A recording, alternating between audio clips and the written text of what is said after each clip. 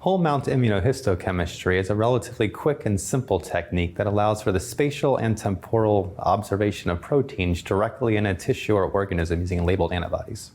The utility of this technique is that it allows for the staining of an intact tissue or organism without having to first section it, and confocal microscopy can use to generate a three-dimensional representation of the protein expression pattern. Immunohistochemistry is widely used in biomedical research to understand the etiology and molecular mechanisms that underlie disease. It is also a valuable diagnostic tool to identify tumors in pathological samples.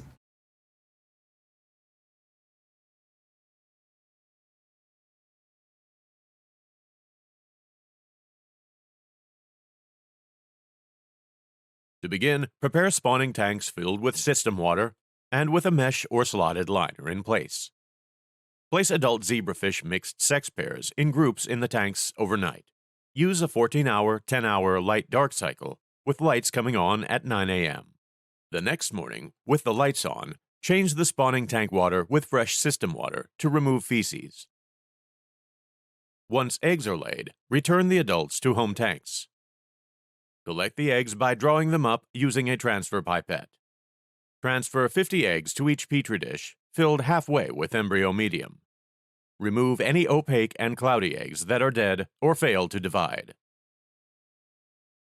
Incubate the dish of eggs at 28.5 degrees Celsius until 23 hours post-fertilization.